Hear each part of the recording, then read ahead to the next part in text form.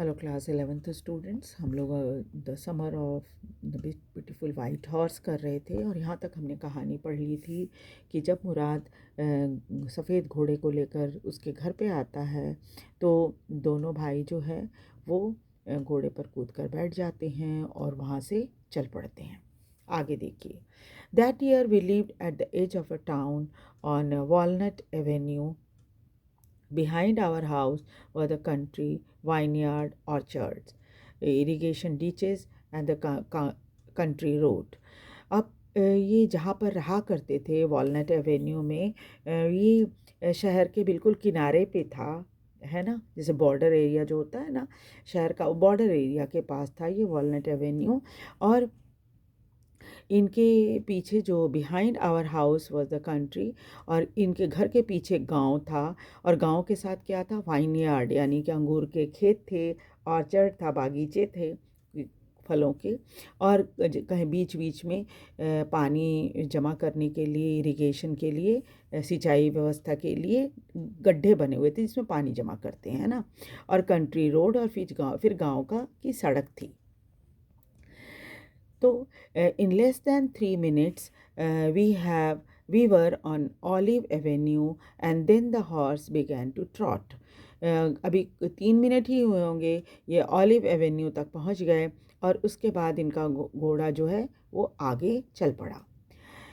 The air was new and lovely to breathe, और सुबह सवेरे की फ्रेशनेस जो होती है हवा में वो थी और इन्हें बहुत अच्छा लग रहा था। The feel of the horse running was wonderful, और वो फीलिंग जब हॉर्स पे आप राइडिंग करते हो तो जो फीलिंग आती है वो बड़ी अच्छी थी, है ना। बहुत बहुत खूबसूरत थी। My cousin Murad was considered one of the craziest member of our family began to sing. इनका कज़न मुराद जो था वो सबसे पागल या सन की जो कहते हैं, है ना, सन की सदस्यों में एक था परिवार का। उसने गाना गाना शुरू किया। I mean he began to roar. असल में क्या था कि वो गा नहीं रहा था, वो गरज रहा था। Every family has a crazy streak in somewhere and my cousin Murad was considered the natural descendant of the crazy streak in our tribe. हर परिवार में कोई एक सनकी कोई ना कोई एक सनकी ऐसा होता है, हर जनरेशन में आपको देखने के लिए मिल जाएगा वैसा सनकी, है ना। तो इनके परिवार में भी सनकियों की जो लाइन थी उसमें मुराद भी था। और ये नेचुरल डिसेंडेंट माना जाता था। ये क्रेज़ी लोगों की जो होती है ना, एक ख़ानदानी कि पहले चाचा और ताऊ कोई होंगे सन की, उसके पहले पहले और भी कोई दादा लोगों के इसमें होंगे कोई सन की, है ना। तो उसी तरह से क्या इनके जनरेशन में, यानी राइटर के जनरेशन में, ये मुराद जो था वो थोड़ा सन की था। Before him was our uncle Khosrove. इसके पहले यानी मुराद के पहले में अंकल हुए, पापा लोग की जनरेशन में, है ना, अंकल हुए। एक अंकल थे खुसरो, वो भी ऐसे ही सन की थे। An enormous man with a powerful head of black hair. लंबे चौड़े व्यक्ति थे और सिर काफ़ी बड़ा था, काले बाल थे। And the largest moustache in the San Joaquin valley. और सैन जैकलिन वैली में सबसे बड़ी मूछें रखने वाले व्यक्ति थे। A man so furious in temper. बहुत ही ज़्यादा गुस्सैल थे। सो इरिटेबल, बहुत चिड़चिड़े थे। So impatient that he stopped anyone from talking by roaring. और इतना ज़्यादा वो इम्पेशेंट थे, धीरज ज़रा भी नहीं था उनमें। इतने इम्पेशेंट थे कि किसी को भी गरज के चुप रहने के लिए बोल सकते थे। इट इज़ नो हार्म, पे नो अटेंशन टू इट. और क्या बोलते थे, उनका एक एक ख़ास डायलॉग था जो हर बात में वो बोला करते थे। वो था, इट इज़ नो हार्म, कोई हानि नहीं है, पे नो अटेंशन टू इट, इसके ऊपर ध्यान बिल्कुल मत दो। ये कहा, इससे कोई हानि नहीं है, तुम इसके ऊपर ध्यान मत दो। ये इनका पेट सेंटेंस था जो हमेशा ही हर जगह ये इस्तेमाल किया करते थे। That was all. No matter what anybody happened to be talking about, once it was his own son Arak running 8 blocks to the barber shop where his father was having his mustache trimmed to tell him their house was on fire. ऐसे ही एक किस्सा हुआ था। उसमें क्या था, चाहे कोई भी आदमी किसी भी चीज़ के बारे में बात करे, उनकी मर्जी होती थी वो सुनेंगे कि नहीं सुनेंगे, है ना। तो क्या हुआ कि एक बार इनका बेटा जो था यानी अंकल खुसरो का बेटा अराक, वो भागता हुआ 8 ब्लॉक्स दूर से बार्बर की शॉप में आया, नाई की दुकान में, जहाँ उसके पिता जो थे अपनी मूछें ट्रिमिंग करवा रहे थे बैठकर, और आकर उनको बताया कि घर में आग लग गई है। बेटा भागता हुआ उतनी दूर से आया ये कहने के लिए पिताजी को कि घर में आग लग गई है। This man Khosrove sat up in the chair and roared, लेकिन खुसरो जो थे वो कुर्सी पर बैठे थे और ज़ोर से गरजे, इट इज़ नो हार्म, पे नो अटेंशन टू इट, और ज़ोर से चिल्लाया और कहा कि भाई कोई हानि नहीं है, ध्यान मत दो। द बार्बर सेड, तो बार्बर ने कहा, but the boy says your house is on fire. तो जो नाई था उसने सुना तो उसने कहा कि भाई आपका लड़का कह रहा है कि आपके घर में आग लग गई है। So Khosrove roared, enough, it is no harm I say, कि खुसरो जोर से गरजते हुए बोले कि को बहुत हो गया, मैंने कहा ना कि कोई हानि नहीं है। माई cousin Murad was considered the natural descendant of this man, इसीलिए मुराद भी इन्हीं की तरह खुसरो की तरह ही सनकी है। तो इसे नेचुरल डिसेंडेंट माना जाता है कि ख़ानदानी तौर पे अंकल के बाद ये एक सनकी हमारे परिवार में है। Although Murad's father was Zoeb and who was practical and nothing else, हालांकि मुराद के पिता जो हैं उनका नाम ज़ोरैब है और वो बहुत ही प्रैक्टिकल और उनमें कोई ऐसा गुण नहीं है जो मुराद में देखने को मिलता है। That is how it was in our tribe, लेकिन क्या करें हमारा जो ट्राइब है उसमें ऐसे ही लोग हैं। A man could be the father of his son's flesh, but that did not mean that he was also the father of his spirit. आप कह सकते हो कि भाई रिश्ते में तो खून का रिश्ता तो पिता के साथ होता है, लेकिन आप ये नहीं कह सकते कि उसकी आत्मा किसकी रहेगी। यानी आत्मा जो है वो खुसरोव की है और पिता जो हैं वो ज़ोरैब हैं, है ना। The distribution of various kind of spirit of our tribe has been from the beginning capricious और vagrant, और जो इस तरह की अलग अलग तरह की स्पिरिट जो है, मतलब अलग अलग तरह की आत्माएं, जैसे मुराद में खुसरोव की आत्मा, इस तरह के लोग जो है परिवार में बहुत सारे हैं। तो क्या है, कोई सनकी है तो कोई यूं ही आवारा घूमने वाला है। इस तरह से हमारे ट्राइब में लोग देखने को आपको मिल जाएंगे। We rode and my cousin Murad sang, हम घोड़े की सवारी कर रहे थे और मुराद जो था वो ज़ोर ज़ोर से गा रहा था। For or anybody new we were still in the old country where at least according to some of our neighbours we belong, लेकिन ये ज़रूर था कि हम उस जगह पे थे जहाँ पर हमारे पड़ोसी भी रह चुके थे।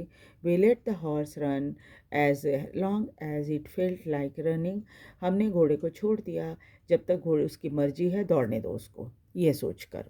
Eight last my cousin said get down I want to ride alone, आखिर में मेरे कज़न ने मुझसे कहा, मुराद ने, कि तुम नीचे उतर जाओ, मैं अकेले ही राइड करूँगा। Will you let me ride alone I ask, तो मैंने उससे पूछा कि क्या तुम मुझे भी अकेले घुड़सवारी करने दोगे। This is up to the horse my cousin said get down, तो देखिए ये तो घोड़े के ऊपर निर्भर करता है, मेरे कज़न ने कहा और उसको कहा कि तुम नीचे उतर जाओ। The horse was still horse will let me ride I said, तो मैंने पूछा कि क्या घोड़ा मुझे राइडिंग करने देगा अपने ऊपर। We will see he said, उन्होंने कहा ठीक है हम देख लेंगे। Don't forget that I have a way with a horse, तुम्हें नहीं मालूम मुझे मैं घोड़े से कैसे डील करना चाहिए ये मैं जानता हूँ, यानी कि मैं घोड़े को समझता हूँ। Well I said any way you have with a horse I have also, तो बोले कि अगर तुम समझ सकते हो घोड़े को तो मैं भी समझ सकता हूँ। For the sake of your safety he said let us hope so, तुम्हारी सुरक्षा के लिए उसने कहा कि मैं ही उम्मीद करता हूँ। गेट डाउन, अभी तुम नीचे उतरो। All right I said, but remember you have got to let me try to ride alone, ठीक है, मैं उतर रहा हूँ, लेकिन तुम याद रखना कि मैं भी ट्राई करूँगा अकेले राइड करने का। I got down, मैं नीचे उतर गया. My cousin kicked his heels into the horse and shouted, "वज़ीरे run!" और उसके बाद मेरे मेरे से घोड़े से उतरते ही मुराद ने उसके ऊपर अपने पैरों से किक किया, घोड़े के पिछले टांगों की तरफ, और जोर से चिल्लाया, "Vazire run!" The horse stood on its hind legs, और घोड़ा जो है अपने पिछले पैरों पर खड़ा हो गया, जैसे इस पिक्चर में खड़ा हुआ है। पिछले टांगों पे वो खड़ा हो गया और स्नॉर्टेड, और ज़ोर से नाक से आवाज़ की, burst into fury of speed, और बहुत तेज़ी से भागा। That was the loveliest thing I had ever seen, वो तो सबसे खूबसूरत दृश्य था जो मैंने देखा। My cousin Murad race the horse across the field of dry grass to the irrigation ditch, cross the ditch on the horse, and 5 minutes later return dripping wet. और मेरे कज़िन मुराद ने खूब घोड़ी को दौड़ाया खेतों में, जहाँ पर सूखी घास थी। उसके पास वहाँ पर इसके लिए सिंचाई के लिए गड्ढे बने थे, और गड्ढे के उस पार घोड़ा कूद कर गया। 5 मिनट वो दोनों लौट कर आ गए, और मेरा जो कज़न था वो पसीने से लथपथ था, मतलब पसीना टपक रहा था उससे। सन वॉज कमिंग अप, सूरज निकल गया था। Now it is my turn to ride, I said, मैंने कहा कि भाई अब मेरी बारी है घुड़सवारी करने की।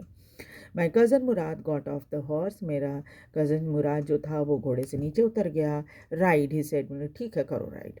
आई leaped to the back of the horse, and for a moment knew the most awful fear imaginable. The horse did not move.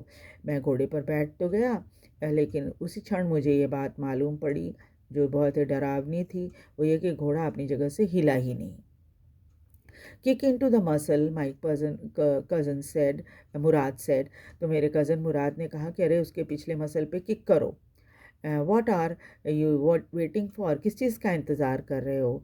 We have got to take him back before everybody in the world is up and about, हमें तो इसको लेकर यहाँ से जाना है, इसके पहले कि सारी दुनिया जाग जाए और ये सब जाने। I kicked into the muscle of the horse, फिर इन्होंने पैर से किक किया घोड़े की मसल को।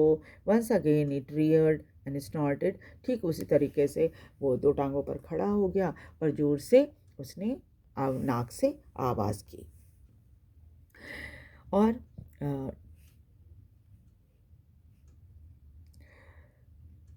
Then it began to run, फिर वो भागना शुरू हुआ घोड़ा। I didn't know what to do, मुझे समझ में नहीं आ रहा था कि मैं क्या करूं।